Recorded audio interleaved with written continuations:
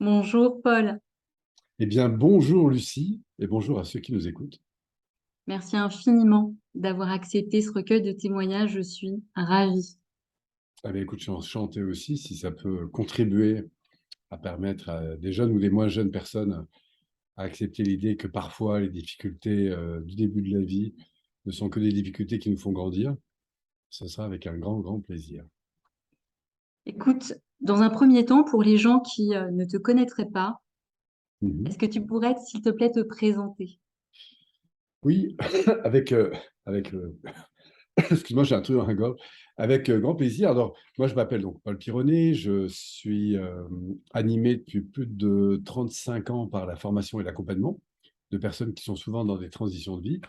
Donc, j'accueille des jeunes, des moins jeunes, des plus jeunes du tout.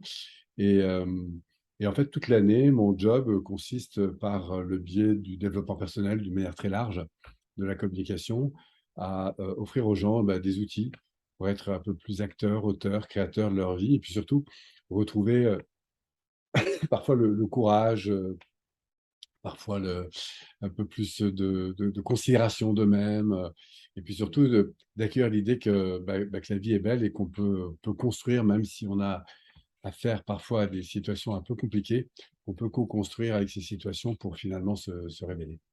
Voilà, c'est ça qui m'anime. Ok, merci beaucoup, Paul. La question phare de cet entretien est comment c'était à l'école pour toi? Alors, moi, j'ai eu un petit peu les deux. C'est-à-dire, j'ai eu des moments qui ont été faciles et des moments qui ont été plus compliqués. Euh, alors, j'ai perdu ma maman quand j'avais une douzaine d'années. Donc, j'ai passé une période un petit peu compliquée. Euh, j'ai fait deux fois ma cinquième, par exemple. Et puis, j'ai souvenir d'un moment qui a été particulier. Je ne savais vraiment pas ce que j'allais faire de mon avenir. Et puis, il s'est, je vais aller voir une conseillère d'orientation, figure-toi. Et puis, ce qui s'est passé, c'est que du coup, j'ai attribué énormément de pouvoir à cette personne dans ma petite tête. Et donc, je notais les jours. Voilà. Puis un jour, j'arrive devant cette conseillère d'orientation. Je me souviens, j'avais dû quitter le lycée. C'était ce qu'on appelle un bâtiment annexe qui était un peu plus loin. Et je me souviens, il y avait un grand escalier. Je m'assois, que ça. Et puis, il y avait une porte. Et d'un coup, la porte s'ouvre et je vois une femme, je dirais d'une cinquantaine d'années. Je vois les lunettes et des petites chaînes, tu vois, et qui me dit c'est vous, Paul? Je dis oui. Bon, ben, je rentre. Non, excuse-moi, j'ai un truc dans la gorge. Et j'étais très, très impressionné, en fait. Et là, ah, j'espère que ça va passer. Si tu veux prendre de quoi boire ou Ouais, sens-toi à l'aise, voilà. ouais, et là, j'avais pas un carnet de notes qui était très, très fougueux, hein. J'avais pas mal de difficultés, je redoublais ma cinquième. Et puis, elle me dit, mais tu veux faire quoi plus tard? Et moi, avec mon air d'enfant, j'étais fasciné par les avions depuis que j'étais tout petit. Et je me dis, je voudrais être pilote. Et là, elle regarde le carnet, elle regarde le carnet, et à la tête qu'elle fait, je sens qu'il y a un petit blême quand même dans le truc. Et là, elle me dit, mais pour ça, il faudrait travailler.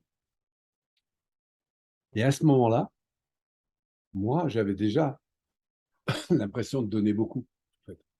Et ce que j'ai entendu de cette autorité, parce qu'il faut vraiment dire qu'à ce moment-là, il y avait Dieu, et puis juste en dessous, Eh ouais. conseillère d'orientation, tu vois. Euh, et ben, je me suis dit, bon, ben, je vais faire autre chose. Et j'ai lâché mon rêve, en fait, ce jour-là.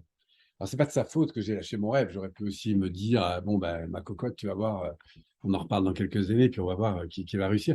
Mais en fait, elle m'a juste dit à ce moment-là, Paul, il faudrait travailler. Donc, j'imagine qu'à ce moment-là, elle m'ait dit, waouh, mais c'est génial.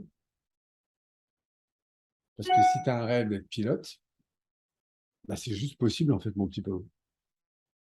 Et c'est vrai que l'école, là où tu en es, c'est probablement les premières marches pour aller là-bas. Et si à ce moment-là, on m'avait accroché le cours de maths, le cours de français, le cours d'anglais, à l'idée que c'était les premières marches pour un jour devenir un pilote, bah, probablement que j'aurais donné un sens différent à mes cours. Donc, ce que je veux dire, c'est que encore une fois, il n'y a aucune critique à l'égard de cette personne. Mais par contre, ce que je veux montrer à travers ça, c'est la puissance qu'on a, nous les adultes, parfois, à pouvoir donner des messages, des messages plus positifs. Moi, je crois qu'il y a toujours deux choses à prendre en compte chez un élève. Et s'il y en a qui m'écoutent ou des parents qui m'écoutent, je pense que c'est les deux points les plus essentiels. Le premier, c'est la puissance de la considération. Et le deuxième, c'est d'accrocher nos enfants, et d'ailleurs nos adultes aussi, sur des rêves. Les faire croire à ces rêves. En leur disant, tout n'est pas gagné, mon bonhomme, tu vois. Mais ton rêve, il est possible. Mais surtout, n'évalue jamais qui tu es en fonction soit des résultats que tu as obtenus, soit que tu obtiendras. Parce que tu n'as rien à voir avec ce que tu fais et ce que tu as. Ce que tu fais et ce que tu as, c'est lié, on va dire, à l'engagement que tu prends, à la discipline que tu vas mettre, à ce que tu vas. Si aujourd'hui tu es passionné de guitare ou de jeux vidéo, il est clair que la passion, elle va te faire bosser, elle va t'engager dans de l'énergie, elle va te donner l'envie d'inventer, de créer. Et si ça rentre pas par la fenêtre ou par la porte, ça rentrera par la cave, mais ça rentrera en fait. Parce que c'est tellement animé de quelque chose à l'intérieur que l'intelligence, elle se crée. Moi, je n'étais pas bon dans mes études, mais j'ai passé à côté de mes études plus de 30 ans à étudier. Parce que à côté de mes études, comme j'étais passionné, j'avais très peur de l'eau. Puis un jour, je me suis mis au secourisme et j'ai commencé à trouver des choses très intéressantes au secourisme. Et j'ai commencé à faire des cours du soir. Pratiquement tous les soirs, j'avais des cours. J'ai passé toutes mes certifications. Je suis devenu moniteur fédéral national. En parallèle, j'avais une peur de l'eau et j'ai commencé par faire ce qu'on appelle un survivant de baignade. Ça a été pour moi incroyable d'arriver à réussir ce truc. Du coup, on m'a mobilisé sur ce qu'on appelle un bon, ça, le brevet intermédiaire, puis après, j'ai passé un maître nageur. Enfin bref, en 2 ans, je suis devenu maître nageur. Après, je me suis spécialisé en sauvetage en mer. Enfin, ce qui est incroyable, c'est que quand on est porté par une motivation, l'intelligence, elle va se mobiliser. Donc, moi, je dis toujours, c'est très important de ne pas évaluer un enfant en fonction des résultats qu'il a, euh, de ce qu'il fait ou de ce qu'il n'a pas fait. Ça, c'est du fonctionnel. Le fonctionnel, c'est le faire et l'avoir. Et c'est très important de le faire et l'avoir, mais ça découle évidemment d'une capacité de stratégie, de savoir-faire. Et c'est clair que si je suis très mobilisé parce que j'ai un système de valeurs qui est nourri, parce que j'ai une vision importante, et ben du coup, si je ne sais pas faire, je vais trouver les moyens de faire. Quand on voit les geeks là, sur Internet, très souvent, on a affaire à des gens qui ont eu des parcours scolaires qui sont compliqués. Mais pourquoi ils sont intelligents là? Pas parce qu'ils sont plus intelligents ou moins intelligents que les autres, mais parce que cette intelligence, elle est stimulée par un désir, par une envie, par un amour de quelque chose et par la joie, en fait, de faire des choses qui sont stimulantes. Et je discutais encore avec une maman il y a 15 jours dans une salle de formation. Elle me dit, ah, mais mon adolescent, il n'y a que les jeux vidéo qui l'intéressent. Il est toujours agité, en tension, il se plaint tout le temps, il critique tout le monde. Enfin bon, bref, c'est très tendu. Et moi, je ne sais pas comment faire pour le sortir des jeux vidéo. Et je lui dis, c'est la dernière chose à faire, hein, sortir des jeux vidéo. Ce qui est très intéressant, c'est de voir l'intelligence qu'il est capable probablement de mobiliser, qu'est-ce qui le passionne, et de lui dire, bah, tu vois, c'est incroyable l'énergie que tu as, la capacité que tu as d'apprendre, la dextérité mentale, émotionnelle, etc. Et tu es capable, si je te donne d'autres jeux, je suis sûr que tu es capable de dépasser la moyenne de toutes les personnes qui jouent. Voilà. Pourquoi? Bah, parce que tu es motivé, parce que tu es focalisé, parce que tu es excité par le fait d'apprendre, parce que tu t'entraînes beaucoup, et donc tes capacités se développent. Et c'est aussi simple, que ce soit pour apprendre à cuisiner, à faire de la musique, à, à étudier les maths, le français, etc. Si derrière il y a un projet, c'est clair que la motivation va être. Je lisais un livre, parce que je suis passionné toujours par les avions, d'un des grands leaders de la patrouille de France. Et je raconte son histoire. Et son histoire, c'est dingue, parce qu'il est en cinquième, quatrième, je crois même qu'il a redoublé sa quatrième, il est nul. Mais à un moment donné, il a vraiment accroché avec l'idée de devenir pilote. Donc, il a du coup mobilisé une énergie de dingue. Donc, il a fait sa troisième, première, terminale. Il a repris après des études. Comme il était de plus en plus motivé, il a fait des COP de maths sup. Enfin, et il a fait des trucs de dingue, en fait. Simplement parce que l'énergie qui sous-tend à nos comportements de développement, c'est la motivation, c'est le plaisir, c'est l'amour de quelque chose, c'est la joie de faire la chose. Donc, pour moi, c'est la plus grande ressource, en fait. Et la qualité intrinsèque ou le potentiel intrinsèque d'un enfant, d'un adolescent et même d'un adulte, elle est considérable. Le problème, c'est qu'on évalue soi-même, hein, ou les autres, on s'évalue ou on est évalué en fonction des capacités qu'on a mobilisées. Alors c'est très bien, on en a besoin d'avoir des évaluations. Mais ce que nous sommes et ce que nous faisons n'a rien à voir.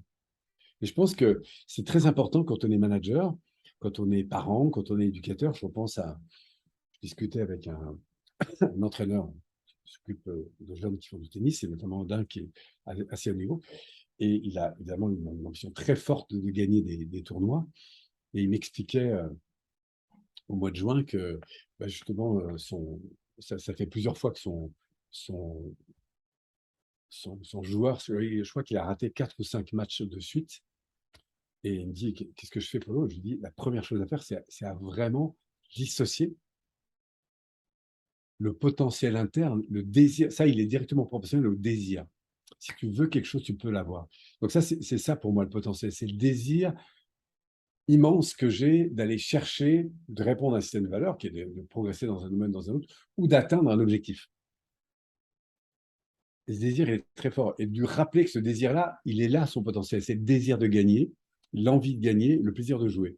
Maintenant, le fait qu'il n'ait pas eu, qu'il ait perdu 3 matchs, c'est juste lié au fait qu'il y a une différence entre son jeu JE et son jeu JEU. En fait, et que son jeu, il n'est pas encore à niveau. Et c'est pas grave. D'abord, parce qu'il y a des hauts et des bas, mais ensuite, parce qu'on va aiguiser ce jeu-là. On va les refaire des éducatifs et on va voir comment on peut faire un peu mieux demain ce qu'on faisait déjà hier. Voilà. Et c'est pas grave l'échec. Ce qui est embêtant dans l'échec, c'est l'auto-dévalorisation. C'est le sentiment de croire que du coup c'est fini. On abandonne. Et c'est ça que je trouve incroyable. J'étais à une conférence il n'y a pas très longtemps d'un garçon, j'ai le nom qui m'échappe là, qui a fait un des plus gros sauts dans la Tour Eiffel. Enfin, c'est un type incroyable. Mais il nous racontait, je crois, plus de 350 refus. C'était dingue, dingue, dingue, dingue, dingue, dingue.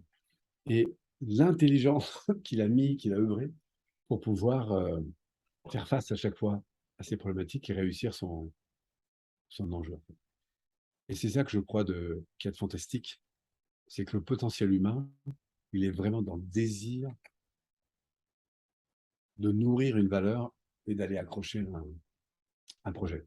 Ouais, donc ce que j'ai envie de dire, c'est vraiment les deux choses à ne jamais éteindre pour moi quand on est un parent, un éducateur. Euh, et qu'ensuite, on peut apprendre aussi aux enfants à vivre. Parce que parfois, on est critiqué. Encore quelqu'un d'autre, ça, c'était pas plus vieux qu'il y a 2 jours. Là, une garçon qui est en Belgique me disait ah, j'ai affaire à une petite fille que j'accompagne, tout ça. Et elle s'est mise au football. Elle s'est mise au football.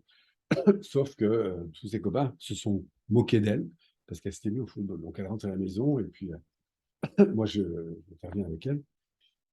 Et elle me dit qu'est-ce que tu ferais pour l'eau dans ce cas-là? Je dis ben, la première chose, c'est de lui redemander qu'est-ce qui lui plaît dans le fait de jouer au football et c'est quoi son désir. C'est génial qu'elle a envie de jouer au football. D'abord parce que bah, c'est un super sport. Et puis ensuite, vers quoi elle a envie, c'est quoi son projet en fait. Pourquoi c'est important de jouer au football et c'est quoi son projet, son objectif. Et à partir de là, dire, tu sais, il y a 2 choses que tu peux faire avec les critiques. Soit bah, les entendre et puis les croire. Et auquel cas, tu vas éteindre ton feu, tu vas éteindre ton désir, tu vas éteindre ta vision. Soit tu peux te dire, bah, face à ces critiques, y a-t-il des choses intéressantes que je puisse entendre pour progresser? Et puis enfin, d'accepter que c'est un droit de critiquer. C'est un droit que je trouve tellement important d'accorder aux gens. Le droit de critiquer, ils ont le droit de faire ça. Après, c'est à moi de prendre, de ne pas prendre, de grandir ou pas avec les critiques. Mais voilà. Et ce que je crois important, c'est quand on est parent, encore une fois, éducateur, euh, c'est important d'envoyer ce message-là, je crois, dans la tête, dans le cœur. Et si je puis dire, dans le corps des jeunes ou des moins jeunes personnes qu'on a envie de voir grandir. Merci, Paul. Dis-moi, tu as parlé justement de deux choses qui étaient importantes et tu as parlé de considération. Et pour toi, quelle a été la première personne qui justement t'a considéré et t'a permis en fait de faire cette bascule-là entre l'enfant qui était en difficulté scolaire et... Alors, je vais te parler de deux cas. L'un qui s'est produit dans ma propre tête D'accord. et qui m'a vraiment libéré, notamment dans le domaine du sport, quand je voulais devenir maître nageur, parce que vraiment, j'ai eu beaucoup, beaucoup de mal. Et puis après, je t'en donnerai un autre dans mes débuts de vie professionnelle. Il faut bien le dire, hein, si tu m'avais connu à l'époque, tu n'aurais pas payé grand-chose pour mon avenir. Bref. Et donc, alors, voilà, je suis en piscine, tu vois, je m'entraîne une première année. Et évidemment, je revenais tellement loin que je passe mes examens à Paris, mes examens. Et là, on a ce qu'on appelle un catenage à faire, que moi j'appréhendais le plus. Un catenage, ça veut dire un papillon, dos, brasse, crawl. Donc il y a papillon, virage, retour, papillon. Ensuite, on fait à chaque fois 25 mètres. Donc ça fait un aller-retour, ça fait 50 mètres dans chacune des catenages. Bref, donc je pars dans le papillon, dos, je reviens, je fais mon virage, je reviens. Et là, je suis tellement en tension parce que j'ai le sentiment que je ne suis pas à niveau. Je suis tellement en tension, et en plus beaucoup dans la comparaison, dans l'insécurité intérieure, que je regarde les gars qui chronomètrent sur le bord du bassin, et à la tête qu'il fait, parce que tout d'un coup il me regarde, il regarde son chrono, et à la tête qu'il fait, je me dis, je suis hors du temps. Et du coup, j'abandonne. Donc je m'arrête sur la ligne d'eau, je rejoins le bord, et puis le gars s'approche de moi, il me dit, mais qu'est-ce que vous faites? Je dis, bah, je vois que je suis hors du temps. Il me dit, bah, il regarde son chrono, il me dit, maintenant vous êtes hors du temps. Et en fait, tellement j'étais en pression, moi j'ai développé une interprétation, une croyance qui consistait à lâcher, en fait. Tu vois? Parce qu'en fait, on a toujours le conscient, le préconscient et l'inconscient. Ça fonctionne comme un cavalier et un cheval. Le conscient, il a envie de réussir. Mais celui qui va faire que, si par exemple le cavalier et le cheval veulent sauter une barrière, c'est toujours le cheval qui gagne. S'il y en a un des deux qui ne veut pas sauter, c'est le cheval qui gagne. Et pour que le cavalier emporte le cheval avec lui, la base, c'est la qualité de la relation. Donc la qualité de la relation que je vais avoir avec ma partie émotionnelle, qui est mon cheval, elle est fondamentale. Ce qui veut dire que si à ce moment-là, moi je tire en avant, mais qu'il y a une insécurité profonde que j'accueille pas pour la transformer, ça ne marchera pas. Et qu'est-ce qui s'est passé? Parce que c'était ta question, comment j'ai transformé ça? Eh bien, il se trouve que la deuxième année, c'était en début de deuxième année, on prenait en septembre, et je finissais au mois de juin. Et je crois que c'est au mois d'octobre, à Grenoble, parce que je vivais à Grenoble, il y a ce qu'on appelle les nuits de la natation. Donc on nage, on nage, on nage pour des associations. Et tant qu'on nage, il y a des gens qui versent de l'argent. Et je nage, je crois que je commence à 23 heures, je finis à 3 heures ou 4 heures du matin.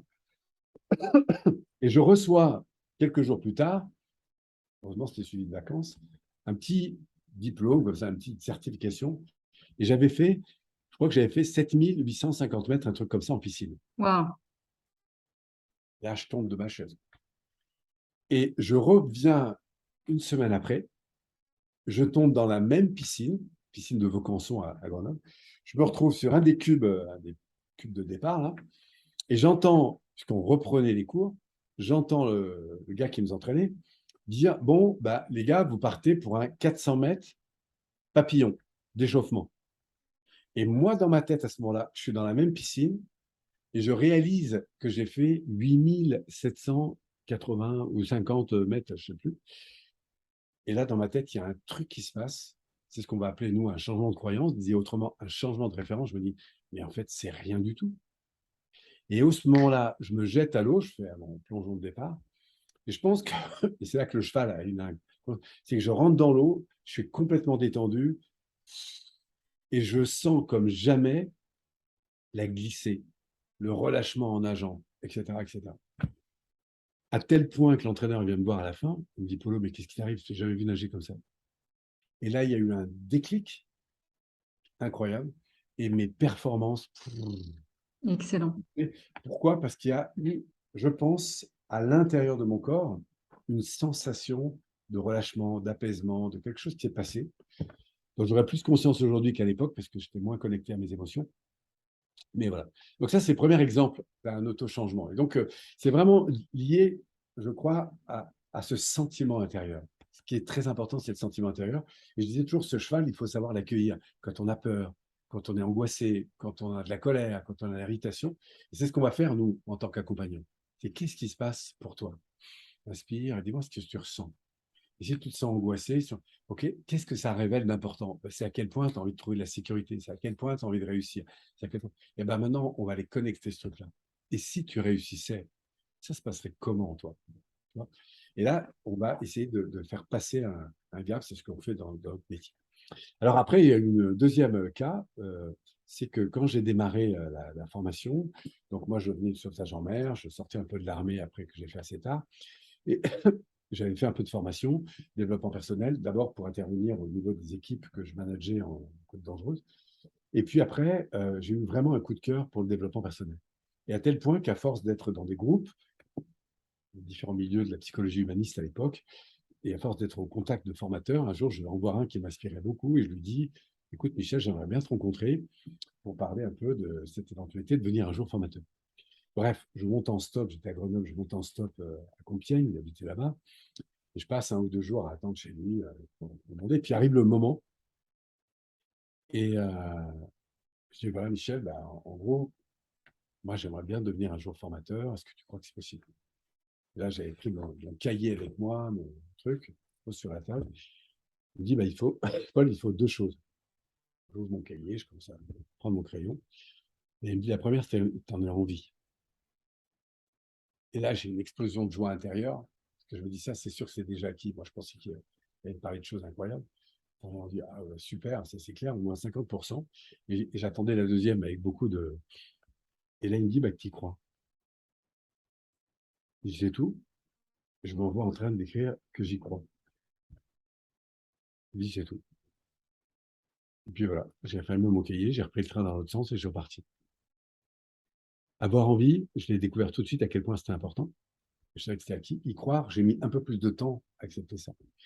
Mais je crois que tous les fondamentaux sont là. Est-ce que tu as envie? De quoi tu as envie vraiment? C'est quoi ton rêve? Et puis surtout, ne lâche jamais ton rêve. Va chercher l'énergie, fais les premiers pas, et la moindre chose que tu puisses faire pour avancer dans ton rêve, fais-le. S'il n'y a qu'une chose que nous regretterons, c'est de ne pas avoir fait le maximum pour vivre ses rêves. C'est ce que je crois, en tout cas. Voilà. Je ne sais pas Et si ça par... fait clair ou ça répond à ta question, mais Si. Là, c'était la personne, en fait, Michel, qui t'a permis justement de passer ce cap-là. l'extérieur, en fait. Exactement.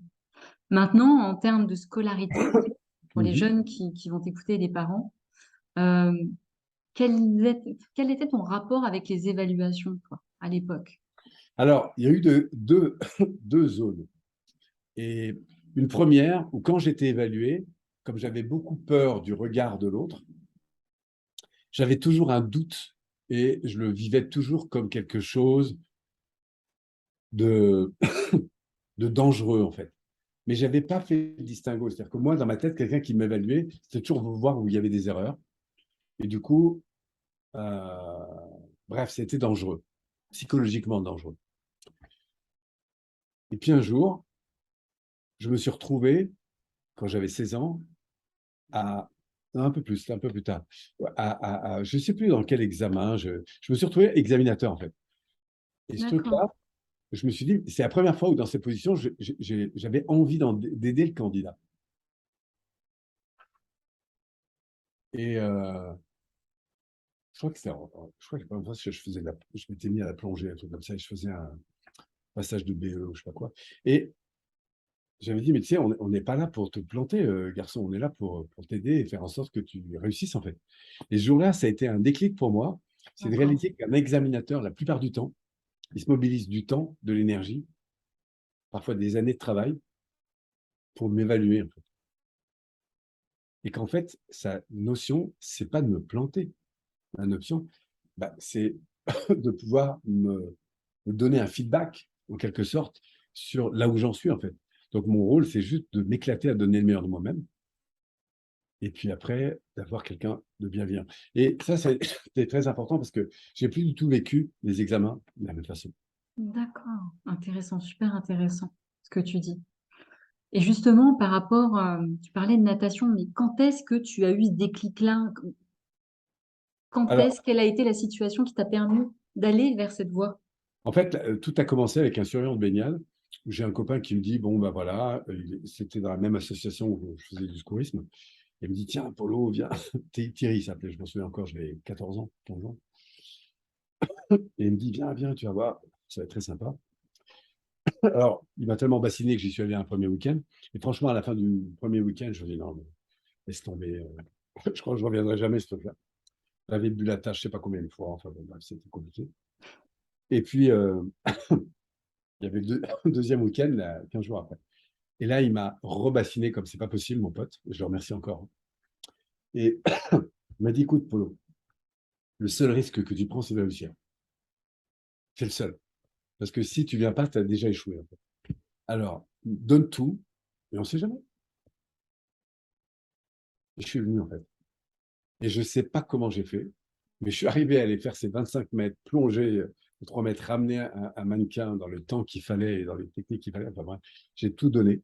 Et j'ai réussi ce fameux passage important qui était pour moi la chose la plus compliquée. Et quand je suis arrivé chez moi, c'est la première fois que j'avais un diplôme de la sécurité civile, parce que là, pour le coup, ça fait partie des diplômes, c'est une reconnaissance d'État, qui m'autorisait à devenir surveillant de baignade. Moi qui avais tellement, tellement, tellement eu peur de l'eau. Le, le, le kiff que j'ai pris, la joie que j'ai eue à ce moment-là, elle a été plus intense que mon maître nageur ou que les spécialisations côte dangereuse que j'ai passées par la suite, etc. Et donc, ce moment-là a fait que le copain en question m'a dit, mais Polo, pourquoi t'es arrivé là, en fait? On se fait un BNSSA, un brevet national de sécurité de sauvetage aquatique, qui a un niveau dessus. Et puis, au moment de s'inscrire à ça, il y avait deux possibilités, maître nageur. Et tout d'un coup, je me suis vu plus tard dans un métier qui était de celui d'enseigner la natation. Et je me suis dit, mais ça, c'est top. Ça, c'est top. Je ne sais pas comment je vais faire, mais tout d'un coup, il y a un rêve qui s'est allumé. Et comme je n'avais pas du tout le niveau, je me souviens, je suis allé acheter plein de bouquins. J'avais un copain qui devait être nageur. Je dis, il faut absolument que tu m'entraînes, etc. J'ai nagé tous les jours, 2 heures par jour pendant 2 ans, 4 heures le samedi, je me souviens, comme un dingue, pour réussir cette performance. Et je me souviens, dernière petite anecdote, au moment des éliminations, enfin, au moment de l'inscription, donc il fallait nager minimum 3 nages. Sauf que, franchement, je nageais comme un pavé à l'époque. Mais bon, bref, donc je me suis dit, allez, je vais y aller un peu en espèce de crawl pour l'aller. Au retour, j'arriverai avec la brasse à peu près à respirer. Et j'avais jamais nagé le dos crawlé. Je me suis dit, bon, je vais tenter un dos crawlé. J'avais appris ça dans des bouquins. Et sur mon lit, je m'étais entraîné comme ça pendant 2 jours à fond. Bon, bref, quand j'ai fait, quand j'y suis allé, évidemment, il y avait tous les nageurs de grande natation qui se préparaient pour le maître nageur. Donc, et puis moi, il a fallu que j'y aille pour être au moins accepté dans cette formation. Et ça a été terrible. Je suis passé vraiment le dernier. Et je me souviens, Isabelle, qui nous encadrait à l'époque, elle a fini en me tendant la perche. Tellement j'avais du mal à sortir. Puis là, elle m'a ramené et elle m'a dit, écoute, Polo, ça va être vraiment très, très compliqué. Euh, et à l'époque, ça coûtait 1500 francs, ce qui représenterait 1500 euros aujourd'hui. Quoi. Et à 16 ans, je travaillais un peu l'été, j'avais même pas 16 ans, c'était beaucoup pour moi. Et elle me dit, je peux pas, tu n'y arriveras jamais. Et je l'ai tellement bassiné à ce moment-là. Je lui ai dit, mais si, tu vas voir, je vais m'entraîner tous les jours, j'ai 2 maîtres nageurs qui vont m'aider, j'ai acheté les bouquins, tu vas voir, etc. Engagement. Et si dans un trimestre, je n'ai pas fait des progrès, je te rembourserai, je lâcherai la. Enfin, bref. Je l'ai tellement insisté qu'elle m'a dit, bon, ok, on démarre. Mais voilà, je crois qu'à ce moment-là, il y a un truc qui s'est passé, c'est que j'étais connecté à mon rêve. Et cette valeur. Voilà. Et c'est ça que je trouve de fantastique, c'est à quel point, quel que soit le domaine, si on est alimenté de l'intérieur par un désir fort et par un projet qui nous anime, c'est incroyable comme n'importe quel individu est capable de faire des choses juste incroyables, quel que soit le domaine. Ce que je retiens, c'est que dans comment c'était à l'école pour toi, en gros, des souvenirs, ou en tout cas que tu partages, sont plutôt liés à bah voilà, grâce à cette expérience-là, tu as eu une valorisation, une considération qui t'a permis de te raccrocher en fait à ton rêve et tu as eu dans ton parcours des rencontres qui t'ont permis en fait de Tout à fait. continuer et de persévérer. Absolument. Et tu vois, à contrario, puisqu'on on va revenir sur l'école, mais à l'école, j'ai passé mon temps à être dans des cours et à me demander pourquoi j'étais là, en fait. Wow. J'ai souvenir d'un cours de chimie. J'étais en BEP à l'époque. Du coup, j'ai bifurqué après la troisième sur un BEP parce que je voulais partir en Afrique. Bon, bref, en parallèle à mes formations. Et je me souviens d'un prof, on était en chimie. Et j'avais un copain qui s'appelait Hubert, qui était un musicien, un fan de musique, de guitare. Enfin. Et il avait dit un jour extraordinaire, il avait dit, vous savez, il faut suivre votre cœur, en fait. Et il avait dit un jour à Hubert, écoute, vraiment la chimie, je vois que c'est pas ton truc. Prends donc ta guitare, fais-nous quelques morceaux de Oh là là. tranquille au fond de la classe. Ça nous fera une belle énergie pour travailler. Un prof de chimie. Un prof de chimie. Il était prof de maths et prof de chimie. Alors, il n'avait pas fait ça pour les maths. Parce qu'il dit ça, Hubert, tu as besoin des maths pour avancer, donc ça, tu vas les faire. Mais la chimie, c'est peut-être pas très important pour toi. Donc, fais donc un peu de musique et tu vas nous mettre une ambiance tranquille, comme ça, avec tes quelques accords de guitare dans la classe. Et j'avais trouvé ça extraordinaire. D'abord par la considération du prof, et puis voilà, par l'intelligence, je trouve la situation. Bon, ça arrive une fois. Tu vois, une fois dans toute ta scolarité, tu as eu ce souvenir de ce prof qui a mis de côté et qui a considéré la passion de cet élève-là et vous en a fait profiter. Voilà. J'avais un prof aussi, pourtant l'histoire, c'était vraiment pas mon truc. Mais j'avais un prof qui m'avait beaucoup donné, c'était en troisième, il m'avait redonné vraiment le goût à l'histoire. Et bon, j'étais en plus dans un lycée un peu expérimental, mais il avait une telle façon de nous accueillir en classe. Bon, allez, vous allez vous asseoir, je vais vous raconter un bout de l'histoire de France, un bout de ceci, un bout de cela. Et l'idée, c'est, même si vous ne la retenez pas, c'est surtout de sentir la sensibilité des gens qui, dans cette histoire, ont transformé le monde. Et moi, juste qu'ils me disent cette sensibilité-là, etc., qui me donnent l'occasion de pas retenir, mais du coup, j'avais les oreilles complètement branchées et j'étais fasciné par l'émotion qu'ils mettaient dans le partage de ces grands hommes, en fait. Et du coup, c'est les morceaux d'histoire que j'ai retenus, en fait. Tu vois, comme quoi. C'est dingue, hein. C'est vraiment dingue. Quand on connaît les clés de la motivation, je trouve que c'est tellement important de les enseigner. C'est pour ça que je fais ce métier aujourd'hui. Et quels seraient les conseils ou le conseil que tu donnerais justement à un gamin qui était dans ta situation ou qui rencontre des difficultés pour qu'il se projette dans la construction de son avenir? La première chose, c'est d'oser rêver son avenir et de se dire que à l'école, les contraintes que je vais rencontrer, parce que moi, si j'avais à refaire ça, c'est clair que aller dans un cours de français et comprendre que ça va me servir réellement, sauf qu'il se passe, un enfant, lui, il vit sa vie au quotidien, en fait. Ouais. C'est beaucoup plus le facteur émotionnel. C'est nous, en grandissant, qu'on a une conscience et de l'espace, de l'environnement et de l'avenir, de fait, qui est plus grand. Mais c'est sûr qu'à 15 ans, quand on pense à 30 ans, on se dit, je ne savais même pas que ça existe, 30 ans.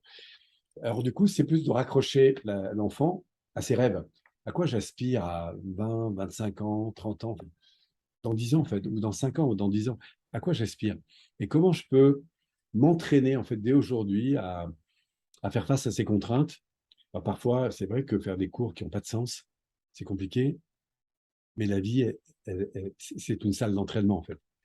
Et, et, et aussi de considérer, parce que ça aussi, c'est une chose dont moi j'ai mis longtemps à me rendre compte, c'est de considérer la chance qu'on a de pouvoir aller à l'école, de l'incroyable abondance que génère une société comme la nôtre, quand on a des profs qui ont passé des années à étudier, des gens qui ont monté les écoles, des gens qui financent tout ça. Et moi, je vais à l'école gratuitement, en fait. J'aime bien cette idée que je suis aussi là pour honorer ces personnes qui prennent du temps pour moi. Bon, Merci donc beaucoup, Paul. je vois tout ça avec un recul, mais je pense qu'un enfant aujourd'hui peut le comprendre. C'est ça que, ouais, si on le sensibilise là-dessus. En tout cas, J'avais la question, en fait, une des dernières questions, c'est quel conseil tu pourrais donner aux parents justement qui vivent tout cela, mais je pense que tu y as répondu au départ par la considération. La, la considération et puis d'accrocher leurs enfants, toute personne sur ses rêves et de ne jamais, jamais, jamais Ouais. éteindre un rêve. Jamais. Est-ce que tu penses que, je rajouterais, travailler sur soi en tant que parent, Oui, euh, alors bien sûr, bien sûr. Il y a tellement d'outils aujourd'hui, tellement de, nous, on reçoit tellement de personnes qui, en quelques jours, vont complètement intégrer, ben, en fait, un peu toutes ces notions et avoir un plaisir immense en fait à éveiller leurs enfants, leurs ados, leurs collaborateurs, leurs amis. Parfois, c'est les copains ou les copines qui viennent à la maison. Combien je connais de personnes dans les formations qui, au-delà de leurs enfants, sont aussi amenés à remotiver parfois la copain ou le copine parce qu'avec ses parents, c'est un peu compliqué, ou simplement parce que tous les parents ne sont pas conscients de ces éléments. Donc, se former, déjà pour soi, c'est juste incroyable parce qu'on vit une vie différente, puis des relations différentes. Et puis en plus, on peut en faire bénéficier très vite son environnement. Donc, voilà. Et merci qu'il y ait des gens aussi comme toi qui sensibilisent ces personnes. merci infiniment, Paul, pour tous ces conseils qui sont juste des pépites, qui comprennent que, effectivement, pour les parents qui puissent être dans l'ouverture, en fait. C'est vrai qu'être dans un carcan, bien que l'éducation nationale soit là, et oui, gratitude, en fait, il y a une espèce de, j'entends gratitude sur cette gratuité. Mm. Bon, Bah, quand on a un petit peu voyagé dans le monde, ouais, on se rend compte que l'accès à l'éducation, c'est pas donné à tout le monde. ouais, bien sûr. J'ai regardé une petite vidéo il y a pas très longtemps sur Facebook, des enfants qui marchent 3 heures le matin et 3 heures le soir pour accéder à l'école. Enfin, waouh. Exact. En tout cas, Ah, merci infiniment pour ces partages. Je te souhaite une très, très belle continuation. eh Et ben, on peut te retrouver sur c'est quel... très simple. Paul Pironnet sur Google. Vous allez accéder à ma chaîne vidéo. Il y a énormément de vidéos gratuites où je donne beaucoup de contenu. Je fais assez régulièrement aussi des webinaires. On me trouve aussi grâce à un site internet sur nos activités. Voilà, en tapant Paul Pironnet sur Google, il y a énormément de choses. J'ai écrit aussi pas mal de livres, enfin, des choses comme ça qui sont très, très accessibles. Merci beaucoup. Très, très belle continuation à toi. Merci Lucie. Très belle Merci journée. beaucoup. Au revoir à tous.